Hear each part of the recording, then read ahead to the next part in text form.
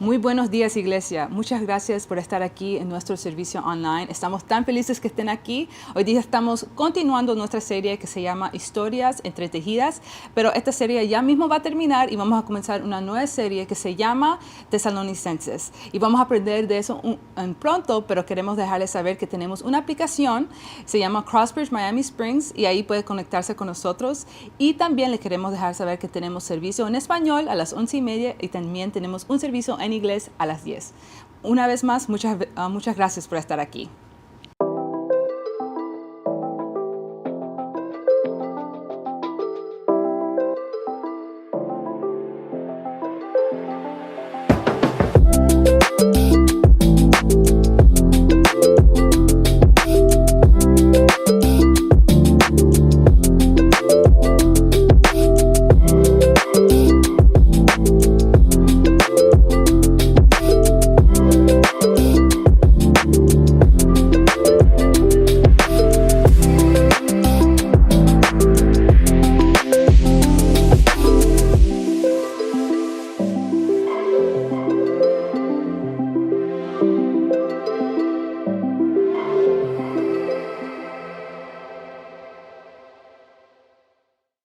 Muy bienvenidos, sean todos, felicidades en el Día de los Padres, incluyéndome a mí. Hoy tengo el privilegio de traer la reflexión, el pasaje en esta mañana, y es el último mensaje de la serie Historias Entretejidas. El mensaje es conocido como la esperanza en las relaciones. El capítulo que estaba asignado a esto era el capítulo 7, verso 1, pero noté que el capítulo anterior está conectado, entonces vamos a exponer sobre el anterior y el capítulo 7. El título es Yugo Desigual. Y en esta mañana en verdad queremos nosotros aprender de la segunda carta a los Corintios, y en ella encontramos doctrinas básicas, fundamentales de la Biblia. De hecho, lo que vamos a aprender es como la espina dorsal de toda la comprensión de la conducta cristiana. Así que vamos a identificar un principio que es expuesto por el apóstol Pablo, que tiene implicaciones de largo alcance y cruciales para nuestra vida, y que nos muestra una expectativa a una esperanza en las relaciones personales y también cómo nosotros podemos redimir esas relaciones en Cristo. Me encantaría decir, como solíamos decir en mis tiempos, no que yo sea tan antiguo, pero solía decir el ministro, tengan la amabilidad de abrir sus Biblias. Hoy día tengo que decir que abran sus teléfonos o coloquen su mirada en la pantalla. Segunda de Corintios, capítulo 6, 14 al 7:1. Leemos de esta manera. No formen yunta con los incrédulos. ¿Qué tienen en común la justicia y la maldad? ¿O qué comunión puede tener la luz con la oscuridad? ¿Qué armonía tiene Cristo con el diablo? ¿Qué tienen en común un creyente con un incrédulo? ¿En qué concuerda el templo de Dios y los ídolos? Porque nosotros somos templo del Dios viviente. Como Él ha dicho, viviré con ellos y caminaré entre ellos. Yo seré su Dios y ellos serán mi pueblo.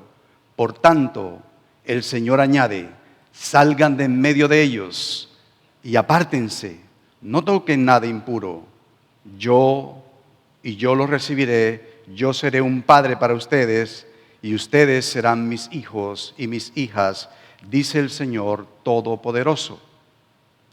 Como tenemos estas promesas, queridos hermanos, purifiquémonos de todo lo que contamina el cuerpo y el espíritu, para completar en el temor de Dios la obra de nuestra santificación. Antes de entrar en materia en este texto, en el contexto, permítanme hacer una aclaración.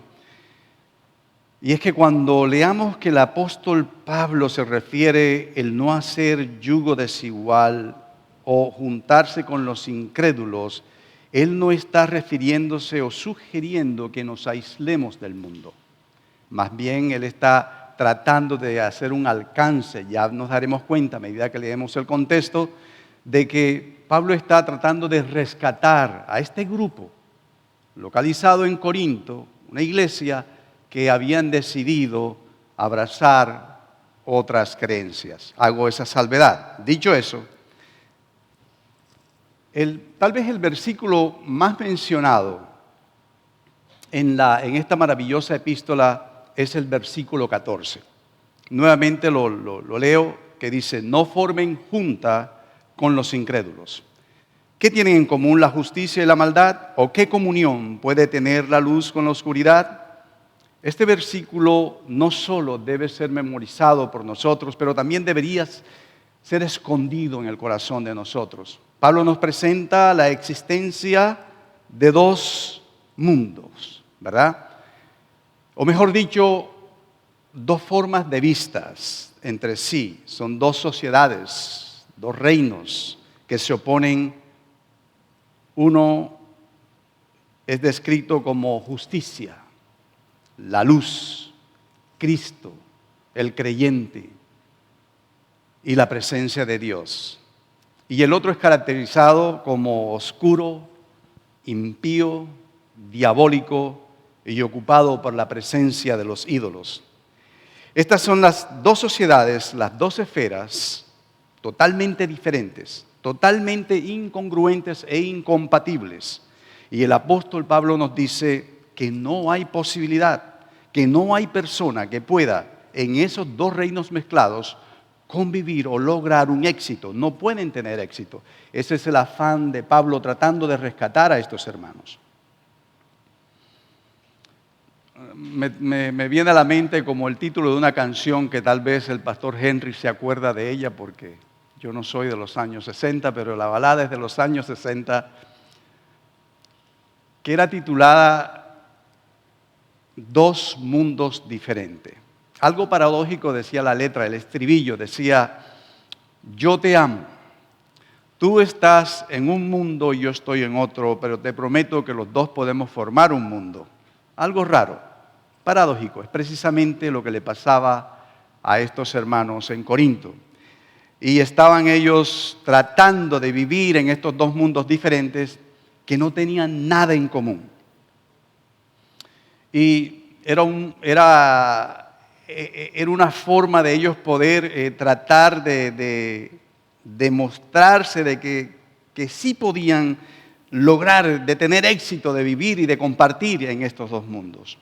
Y no podían sencillamente porque uno era antiguo y el otro es nuevo, uno es terrenal, el otro es celestial, uno es mortal, el otro es vida, uno es material, el otro es espiritual, el uno es inmundo y el otro es puro.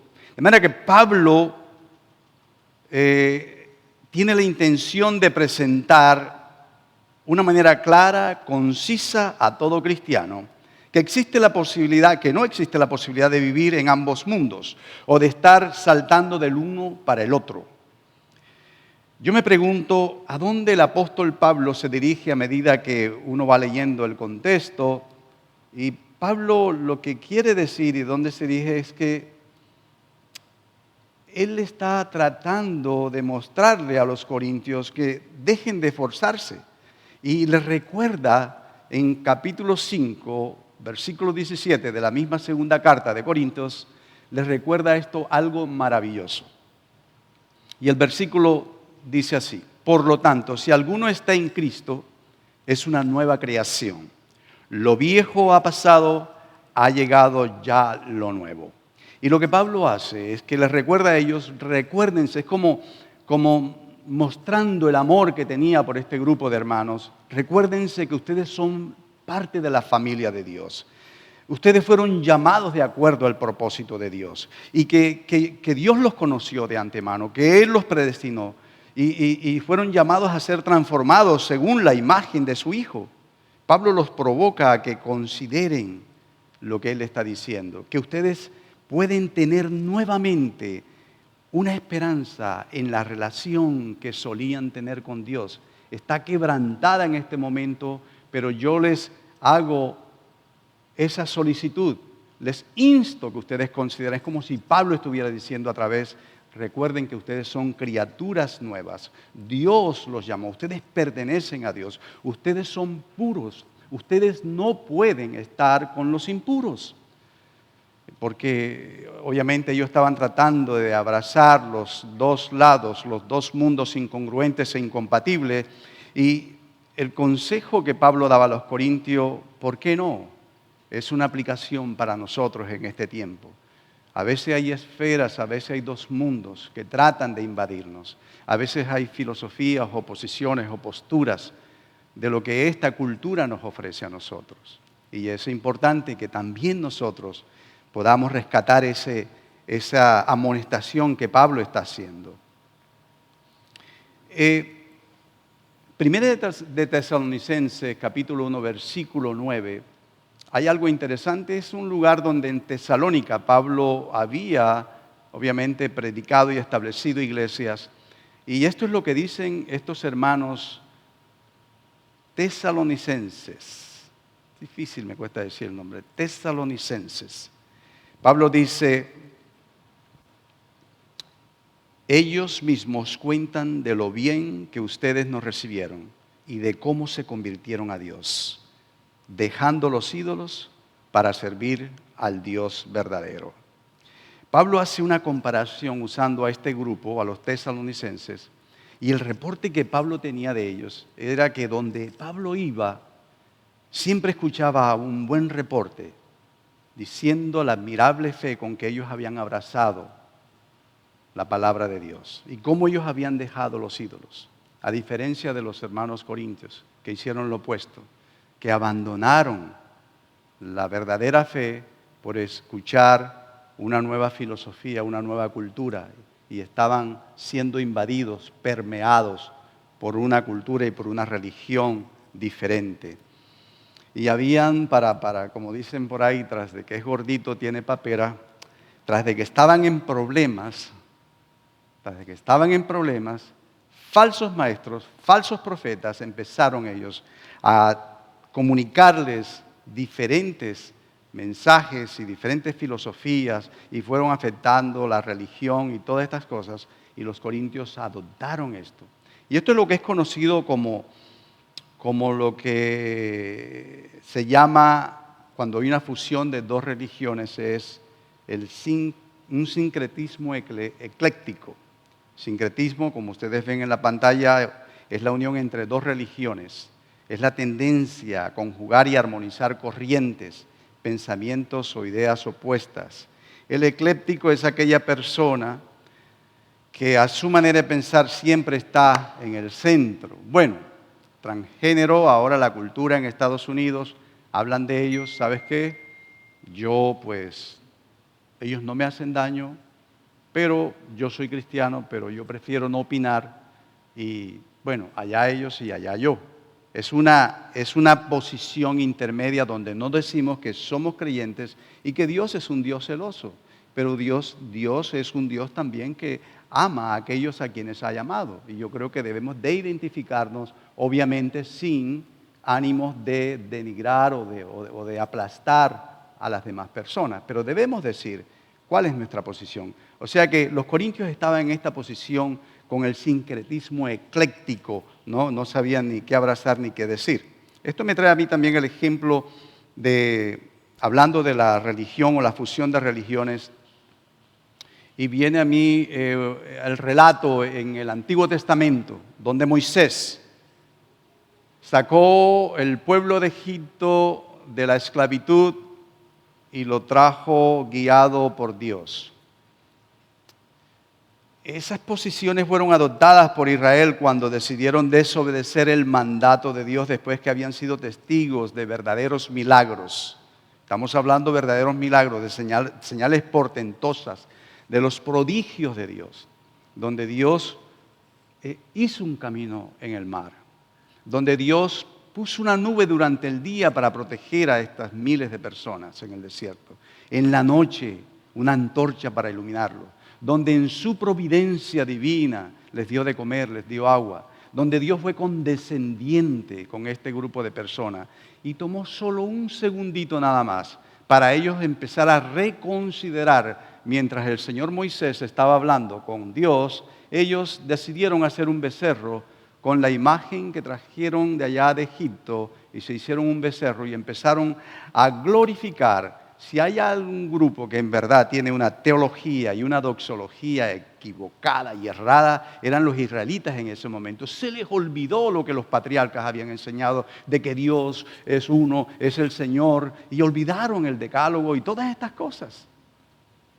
Inmediatamente hubo esa mezcla, esa fusión, y eso es lo que es otro ejemplo de lo que es ser un sincretismo, un ecléctico, de aceptar otra religión en la suya. De manera que en esta situación, en Corintios, era una situación difícil. Para Pablo no era difícil, ya que ellos, como una forma ingenua, obedecían a los falsos maestros, saltando de un lado para el otro.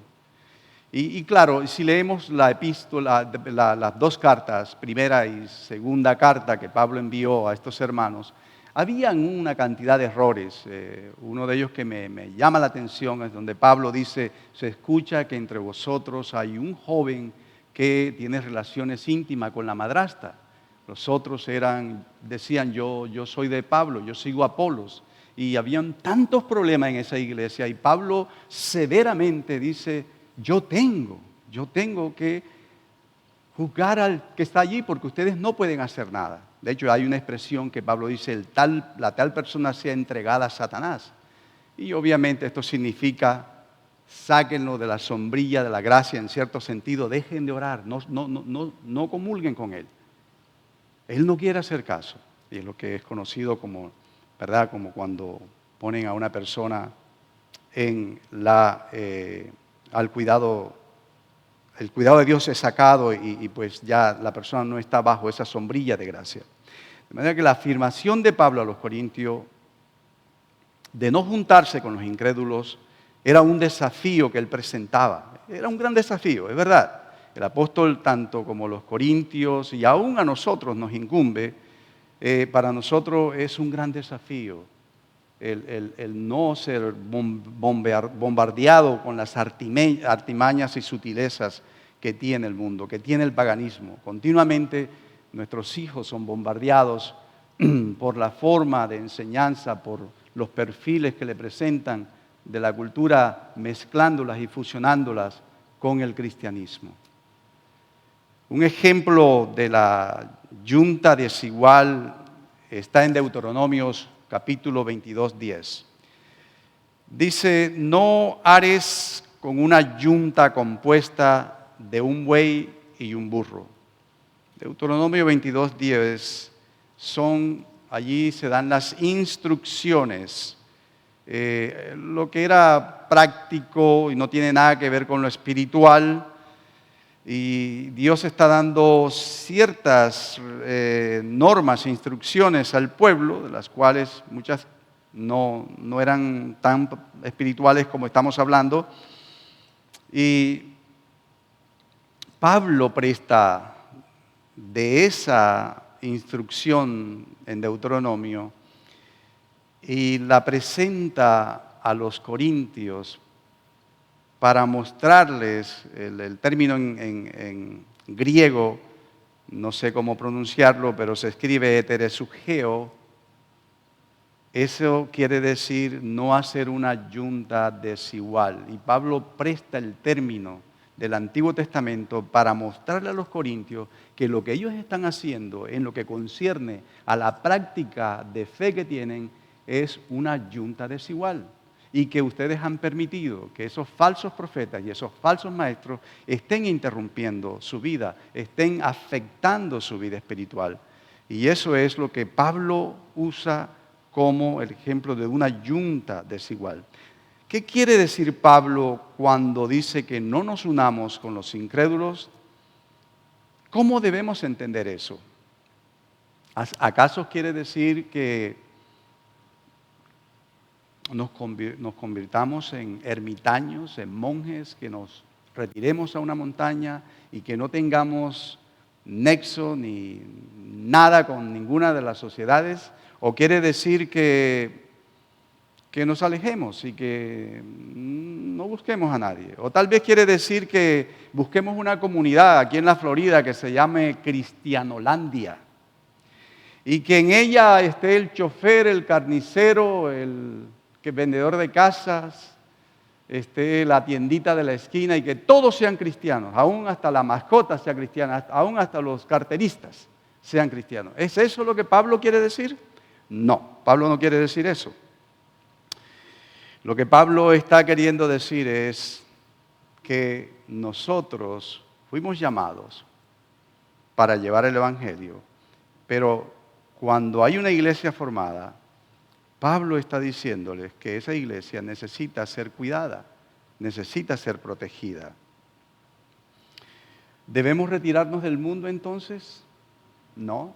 ¿Por qué? Porque la encomienda que Cristo nos dio fue ir y predicar este Evangelio y que toda persona sea bautizada en el nombre del Padre, del Hijo y del Espíritu Santo y que nosotros podamos estar en el mundo. Interesantemente, cuando Cristo ora al Padre, dice: Padre, te pido que los cuides porque son del mundo, pero líbralos del maligno.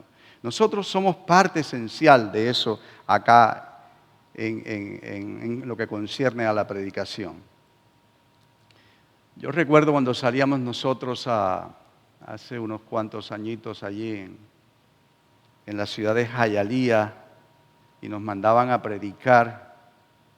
Y había un hermano que se le ocurrió decir: acuérdense de aprenderse el eslogan dice: del mundo somos y al mundo vamos, buscando a los perdidos y discipulando a los encontrados. Pero qué, y a veces se nos olvidaba y lo decíamos al revés, pero había una gran verdad en esto: somos del mundo y vamos a ir a discipular a aquellos que están como estábamos nosotros anteriormente. Entonces, y esta claridad debe hacerse por el hecho de que nosotros no estamos, ni el apóstol Pablo, estamos diciendo: bueno, llegó la hora de aislarse, conocimos al Señor y no predicarle a nada. Ese no es el mensaje acá. El mensaje es poder predicar el Evangelio, rescatar a aquellos que no conocen al Señor. Hay una porción de la Biblia, no aparece en la pantalla porque esto lo tuve yo de la versión de la Biblia al día en paráfrasis, y me gusta cómo Pablo habla en estos versos acerca de cómo estar en el mundo y no ser parte del mundo y cumplir el propósito de Dios. Y esta es la forma como la Biblia, en una forma mucho más, diría yo, explícita, está. Y dice así: esto tiene una gran ventaja, comienza el verso: como nadie me paga, a nadie estoy amarrado. No obstante, voluntaria y alegremente me convierto en siervo de cualquiera para ganarlo para Cristo. Cuando ando con los judíos, soy como uno de ellos para que escuchen el Evangelio y se entreguen a Cristo.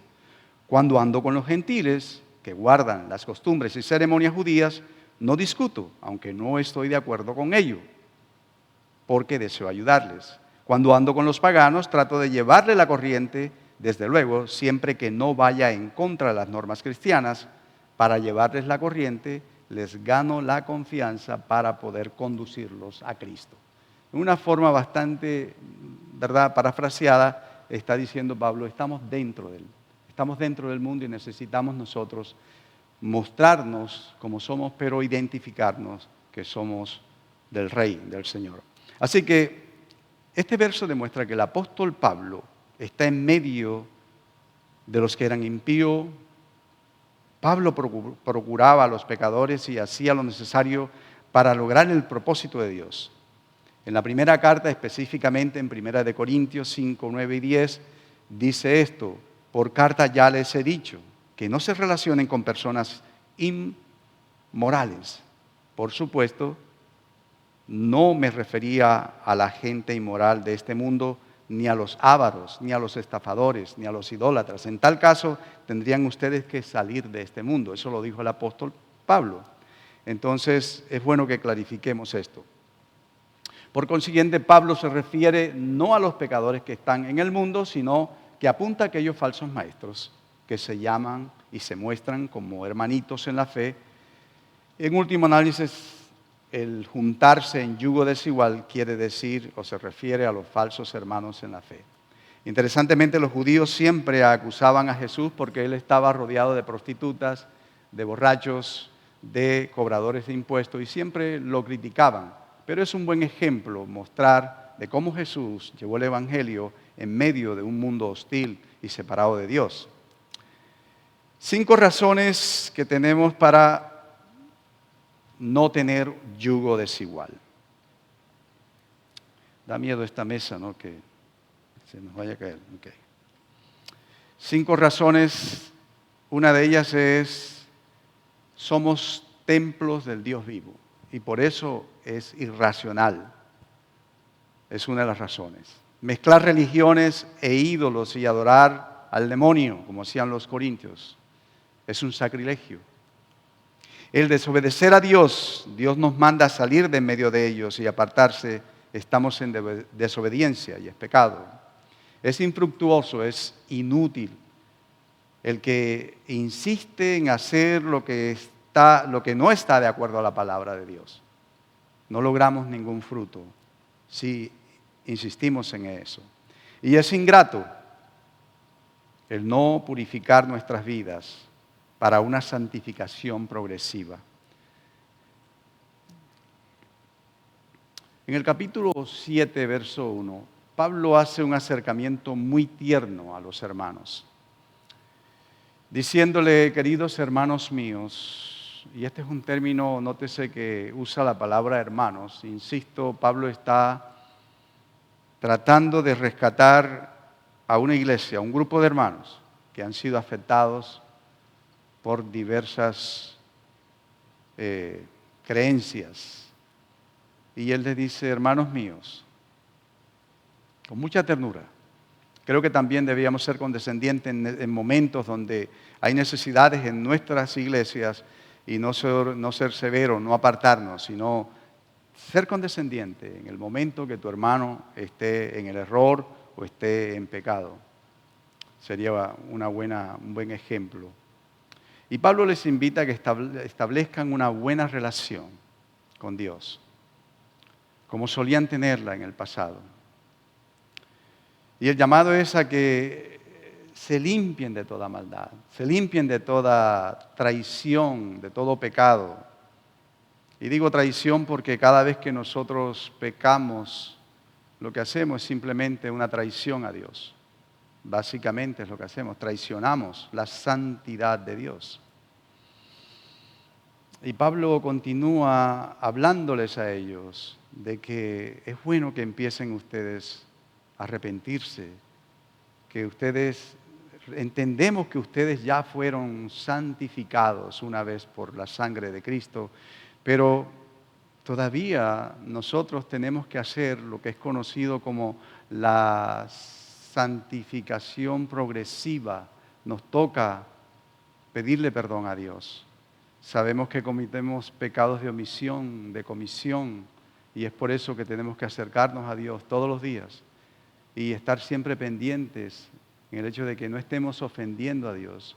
Si tenemos, por ejemplo, en el caso de los hermanos que son débiles en la fe, yo invito y doy una ilustración a un hermano que estaba en el judaísmo y lo invito a la casa a comer chuletas de cerdo. Por favor, hay que ser sensible en estas cosas. Y a veces pasamos por alto estas situaciones donde no tenemos cuidados con los débiles en la fe. Son hermanos en último análisis. Pablo hace ese acercamiento a ellos y les recuerda las grandiosísimas promesas que el Señor les hace, que ellos serían el templo del Dios vivo. Estos son los beneficios que los corintios podrían tener. Serían el templo del Dios vivo, que serían la garantía de Dios, porque Dios habitaría en ellos. Que Dios mismo sería su Dios, no un mensajero, no un ángel, Dios sería su Dios. Ellos serán el pueblo del Señor. Y si se arrepienten y si salen de en medio de ellos, Dios los recibirá continuamente. Él sería su padre y ellos serían sus hijos y sus hijas. Y esa carta estaría ratificada y garantizada por el Todopoderoso. Eso es lo último que dice en el versículo 1 del capítulo 7. Estoy simplemente parafraseando lo que hemos leído. Este mensaje no solo aplica a los corintios, queridos hermanos. El mensaje se lo llevan ustedes a casa, están en las Santas Escrituras, y la amonestación o el alcance que me gustaría decirles o decirnos es que tengamos cuidado de no estar coqueteando con las artimañas de la cultura en la cual nosotros estamos viviendo, de no estar poniéndole el oído a la filosofía, a la ética y a otras religiones. Creemos nosotros que la norma de norma es la Biblia, es el compendio de Dios y que no hay nadie encima de eso y nosotros estamos debajo de ella. Y creemos firmemente que Dios está hablándonos a través de su santa palabra. De manera que yo les insto a ustedes que ustedes sean sensibles a la voz de Dios. Que yo creo que, no creo que haya una iglesia, indistintamente en qué siglo estemos, que no está exenta de las artimañas diabólicas. No le tema el ídolo, témale quién está detrás del ídolo. La Biblia dice que Satanás, como león rugiente, está viendo a quién destrozar, a quién arrancarlo, ¿verdad? Hagan un inventario en su corazón. Pídanle al Padre que nos libre de toda maldad, que seamos diligentes en el servicio al llamado que Dios nos ha hecho, que estemos nosotros capacitados, que seamos como obreros, que no tengamos de qué avergonzarnos cuando estemos delante de Él, que seamos hombres y mujeres dispuestos a servirle, a ir donde Él nos manda, porque esa es la voluntad que Él tiene para con nosotros.